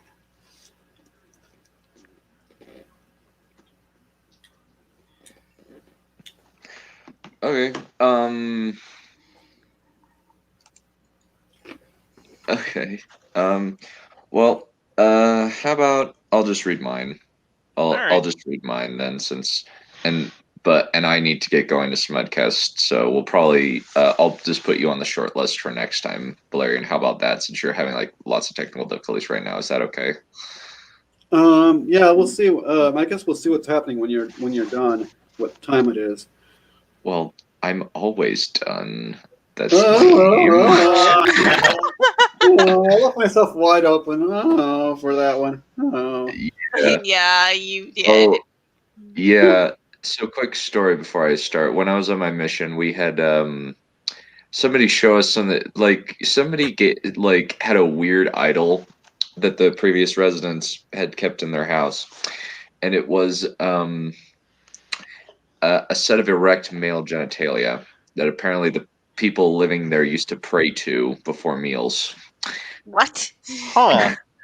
And so the lady showed it to us. It's like, is this okay? What is this about? And my companion was really weirded out by it. So I kept bringing it up to mess with him. And then eventually I got to the point where he said, "Are you done?" So I didn't say anything. All I did was I turned my chest to him, and I pointed to my name tag that said Elder Dunn and just pointed at it. No, you should have turned your back to him like an anime character and said, "I'm always done." Yeah, you should have done that. Well, it actually worked out better because he actually freaked out and started punching my arm. Yeah, it was hilarious. So this is Queen of the Ashes, which is one of my upcoming books for this year. So This is chapter 1. I've skipped over the prologue since the prologue is kind of characters from the previous book. So this is kind of an introduction of a villain type character. So this is an interesting. This is one of my favorite characters to write. But this is somebody I liked writing. Farrago, self-styled the corpse maker, cleaned his knife on the dead body of the human guard, then casually rolled the weapon through his fingers. His fellow Uru marauders, massive hulking black and red mottled skinned humanoids with massive fangs, killed the remaining humans in the small merchant caravan, then began rummaging through the wagons, accompanied by the undead who served him. Casually, he sheathed the dagger in one of the sheaths strapped across his chest next to his other knives. The sunlight played along the pattern of scars running across his body, though a piece of it was the pattern was missing. He breathed a sigh and breathed in the aroma of death around him. Casually, Farrago walked around the caravan, dusting his hands off as his eyes scanned the wagons for anything he fancied. Suddenly thirsty, he took a swig from his water skin. Bastard! The sun grunt from a little bit below the wagons drew Farrago's attention to a man lying on the ground with a spear haft in his side and 2 crushed legs from where a horse had trampled him. Casually, Farrago drew his longest dagger, a reverse V for the crossguard distinguishing it from most weapons, then began rolling it across the backs of his knuckles. Just kill me already, you bloody monster! The man spat at him as he crouched down beside him. Tongue playing around his teeth, Farrago tugged his waterskin from his belt and handed it to the man. Take it, friend, he remarked, his eloquent voice and diction causing the man to start in front of him. Yes, I speak your language fluently, he remarked. I am assuming you are thirsty. The man coughed up some blood, then nodded. Thanks, he grunted. Gently, Farrago put the opening of the skin to the man's lip and let him swallow a few mouthfuls of the warm liquid. So, you're one of the gods, he remarked. You probably know where to find any hidden valuables. The man began. Won't tell me anything. Farrago rolled his eyes. Friend, you're dead already.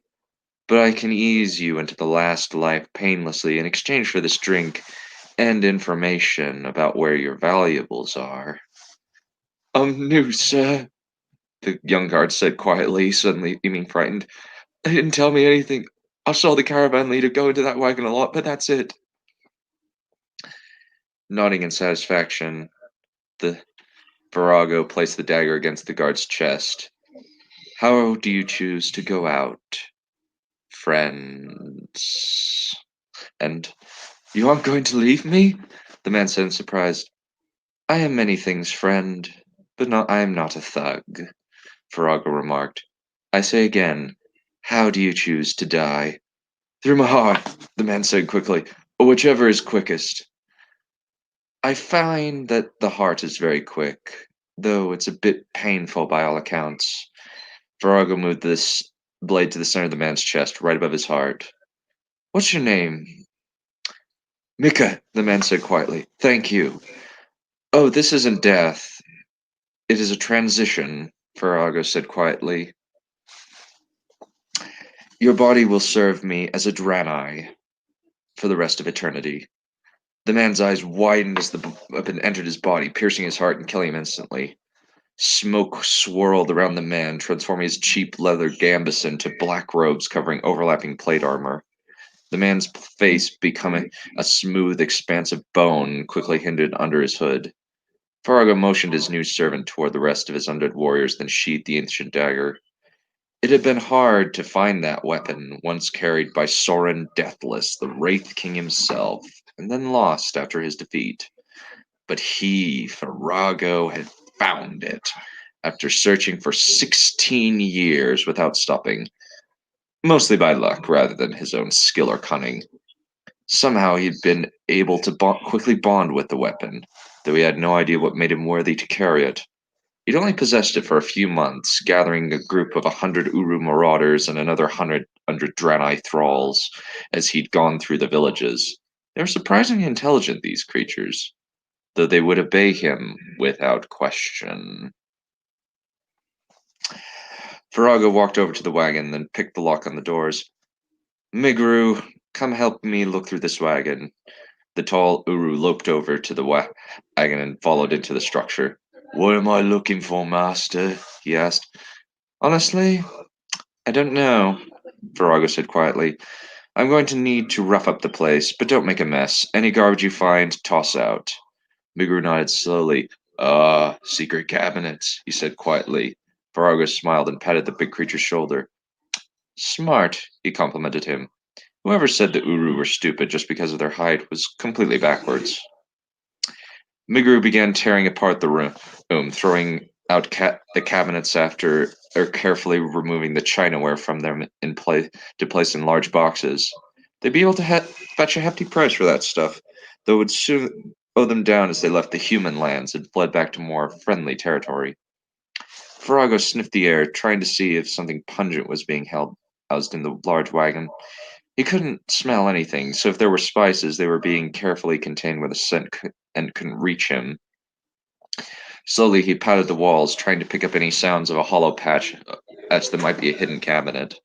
Finally, his search uncovered a hidden latch built in one of the built-in cabinets. Purring, Virago pushed it aside, then grinned, running over a finger along the racks of weapons. Crossbows mostly. There were a few swords of very fine make in there as well. Migru, he marked. This is a good score.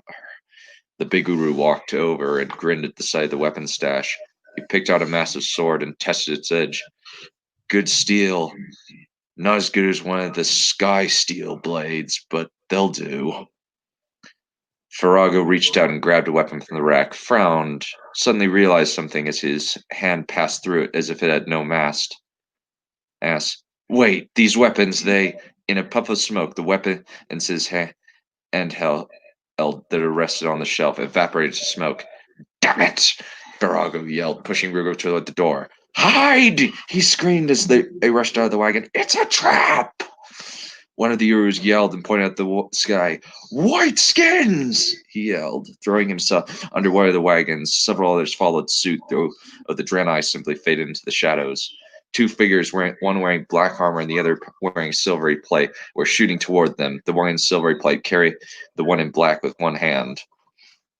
Virago alone did not go under the wagons. Instead, he drew two of his daggers, then walked out of the wagons into the flat plains, arms outstretched.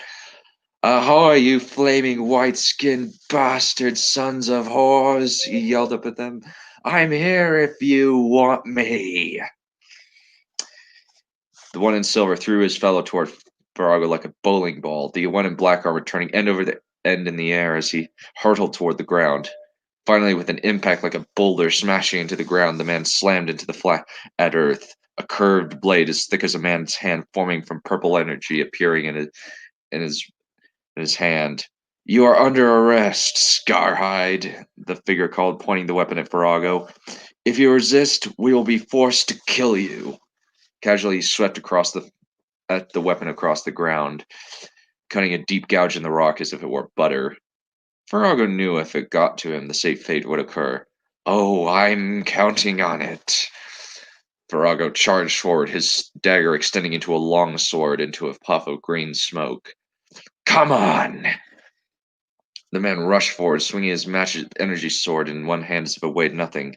Virago dodged around the attack, blade coming up to deflect the attack of the one in silver armor, this one a more normal, if large, curved weapon with a broad arch to the blade. The man raised his hand, causing Virago's weight to increase drastically. The man raised, grunting, he drew on the power of his dagger and sent out a burst of green fire at his foes. The poisonous flames caused the knights to back away, coughing, concentration broken. Seizing his opportunity, Virago shot to his feet and swung at the black armor warrior's energy source. He slashed wildly toward. It connected, then halted. Where'd you get that weapon? The one in black demanded, seemingly shocked stiff at the failure of his weapon to cut through Virago's sword. The skinny Uru grinned and quickly drew another knife. Never put all your faith in your weapon, White Skin, he remarked, or your armor. Without hesitating, he drove the regular dagger into the man's eye slit. The sudden shock of the weapon penetrating the man's brain and hitting his skull went straight up his arm. Farrago shifted as the one in silver plate yelled in fury and swung a massive sword at him, causing the weapon to clang against her dead compatriot's empty armor. The enemy knight started wailing on him with her sword, and rocks hurled as if falling straight at him for a great height, but Farrago kept maneuvering the corpse of the dead man in black armor around to block the attacks. Hopefully he or she wouldn't start using other gravitational forces until he found the weak point. He only had a few minutes before the other person started using their powers properly, so he searched for an abnormal piece of armor that would act as the activation point more frantically. Abruptly, Farrago found what he was searching for. Quickly, he reached over and grabbed the activation bracelet from the man's arm, then ripped it off. In an instant, the armor vanished, condensing into a small metal glove and a flash of light. The other fighter gasped as Farrago put it onto his arm, then tapped it in the pattern needed to activate the armor. Metal flowed over his body, sheathing him in thick black armor. Instantly, a familiar power flowed through him, differently than he was used to, or his dagger, but he knew how to use this. Come on, he clenched his fist around the knuckle-controlled vice that manipulated the purple energy blade. Instantly, the weapon appeared, a construct of clear, iridescent energy designed to slay all and sundry that came a cropper to it. Finally, a challenge. The knight's voice was feminine. Farrago didn't really care. He killed whoever he wished. The female knight shot forward, charging with the speed of an angry rhino. Farrago charged forward to meet her, energy blasting from his armored feet as he drew on a combination of energy from his armor and his dagger hurling forward. The gravitational pull around him momentarily increased, but he simply pushed his essence through into the ethereal plane known as the Wraith World. Casually, he threw bolts of green and purple energy at his opponent. The knight moved aside and continued to charge at him, accelerating rapidly, propelled by gravitonic forces. Farrago leaped into the air, allowing the enemy's blade to slam into the ground below, cutting away a chunk of the ground. Grinning, he flipped in midair, bringing his massive sword down on his opponent's helmet. The knight brought her sword up and blocked the attack, then pulled herself backward as Farrago stabbing at her faceplate. Clever, Farrago muttered, landing heavily on the ground and pushing forward with his blade out to the side. Their swords clashed, swords as long as a man, slamming against each other with enough force to send cracks spreading outward. Back and forth, they slammed into each other, blades spinning. Suddenly, the enemy knight flew backward and threw her arms out, hurling rocks at him with devastating velocity. Farrago dodged around two of the attacks and swung his blade at a rather large rock. On contact, the blade split into smaller fragments, crashing into the ground around him. Where did you learn to use energy plate? The woman crashed into the ground, long curved sword extended to the side. You're an Uru. We don't let your kind near our weapons. Yeah, you just made them look like you, he muttered, pointing his energy blade at the warrior. You tear them away from their homes and steal their identities from them. We give them better lives, the knight protested. They live as humans in luxury, rather than barbarian brutes in squalor. Tell that to their murdered families, white skin. He snarled and rushed forward. Purple energy shot from his back, propelling him forward. The gravity knight swung her blade at him, but Farrago knew his enemy's fighting power by now. As soon as the pull of the earth around him increased, however, Farrago entered the Wraith World, then let himself drop as he entered its field of influence. Why won't you stay down? The knight demanded, hurling pulses of gravity energy at him. Farrago dodged on the attack, then slammed into his opponent bodily. Because I am death. Farrago slammed his hand into his opponent's face, sending a blast of poison fire through the visor. The knight screamed in pain, falling to the ground and clutching her face. Eagerly, Farrago reached for the woman's armband to seize the armor, but the armor vanished off her body before he could grab it. The sword quickly followed. Somewhat disappointed, Farrago turned away from his fallen enemy, then tapped on his gauntlet, dismissing his armor. Instantly, it condense to a small bracelet on his arm, a small grip for where he could summon the energy braid even without the armor. Master, Migru remarked, seeming awed. That was incredible. Here, Farago tossed the big Uru the gauntlet. Carry that on our way to Jerikarn. It's better if we have two empowered with us on the march back. Seeming stunned, the Uru accepted the priceless artifact and slipped it onto his wrist. Thank you, Master. We're going to get more before this war is finished. Farago smiled. We're going to teach those whiteskins that we bite back just as hard as they do. His corpse makers cheered and waved their weapons. Death to the whiteskins! A loud screech from above them drew Ufarago's attention to a messenger falcon shooting down toward them. He raised his arm, allowing the bird to land dexterously on his bracer. Hey, friend, he remarked, scratching the creature under its chin before removing the small piece of parchment from the canister around the falcon's neck. What news do you have for me? The bird squawked and flapped its wings as Farago glanced over the message. The war chief is having a child, my corpse makers, he yelled. Our opportunity to join a real Asla is here. They cheered even louder. Farago! Farago! And that is it. Wow. Nice.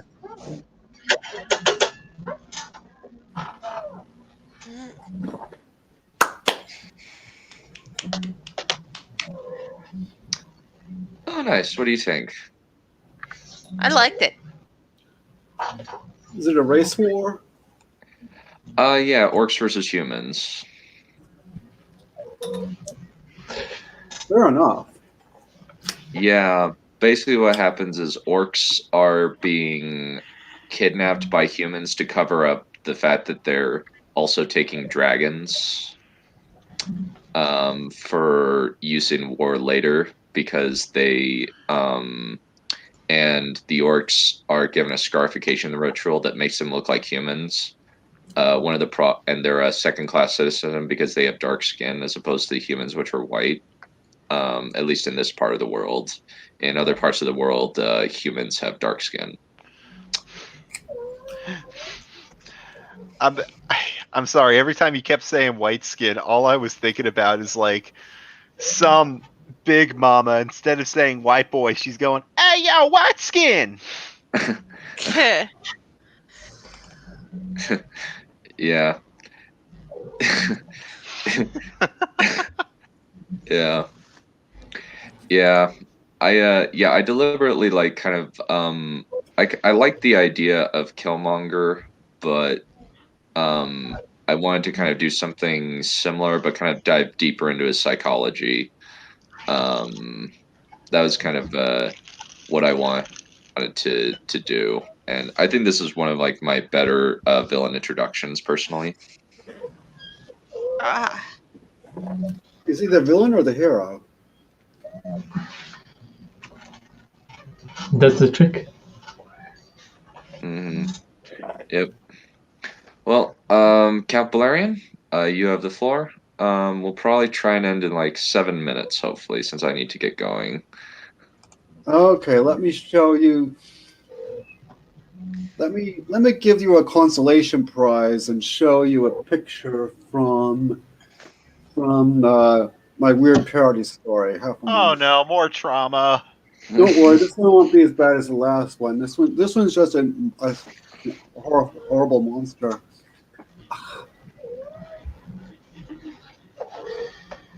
Come on. God, shut up.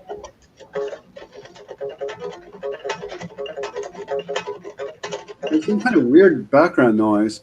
Yeah, it's very guitar. And of course, Pete is not responding. Oh, go. Don't call it a piece of rubbish. That was the censored version. Not responding. La la la la. Well, you did say 7 minutes, so if it takes longer than 7 minutes to get this thing to work properly, then we'll have to. Come on. Okay, getting a little closer now. Maybe zoom out a bit. Yeah. Giant centipede. Huh. Can you see the picture? Maybe you Yes. need to zoom in a bit because I'm having trouble seeing it. Yeah, I'm gonna try to zoom. Actually, I'm gonna try to zoom out because you can't see its head. Not responding. You can't. Oh, you're not responding. Or what you? Oh, you're not responding. Trap. You can do this in 7 minutes when the thing is over. Okay, computer. You're not responding game then. This looks like some human centipede type stuff. Yeah. This is the bit where they're in the library and they get attacked by the monster and it kills the dwarf. Zoom out. No, that's it still can't see its head. Okay, there we go. Can you see it all right now? It's way too small. All right, let's zoom in. Are you sure you want to see it bigger than that? I can go on. There now. Now we're really zooming in. Now you get this. Isn't it lovely? Yes. Well,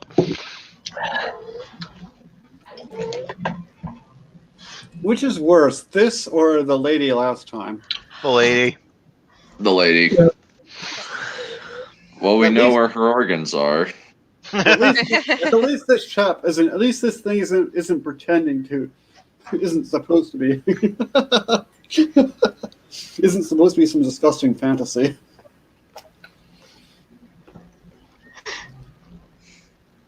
Okay, Yeah. so that's that. Alrighty. That's that. Because I'm not going to have time to read. Okay. Yep. By the way, if you've been underwhelmed by chapter 2, chapter 3 is gonna be like all action almost. So. Yeah. Well, So tune in next time, boys. Yeah, we'll have to do this next week. To be continued with Camplarian. Camplarian can read first. All right. Alrighty. Well, we will have to conclude that for today. I got to get going. Sorry, Camplarian. The technical difficulties are unfortunate. I apologize. Yeah, we started earlier. It would have worked, but no. Yeah, sorry. Sorry about that. Anyway, we will see you guys later. And always remember, this is a film about space wizards intended for children.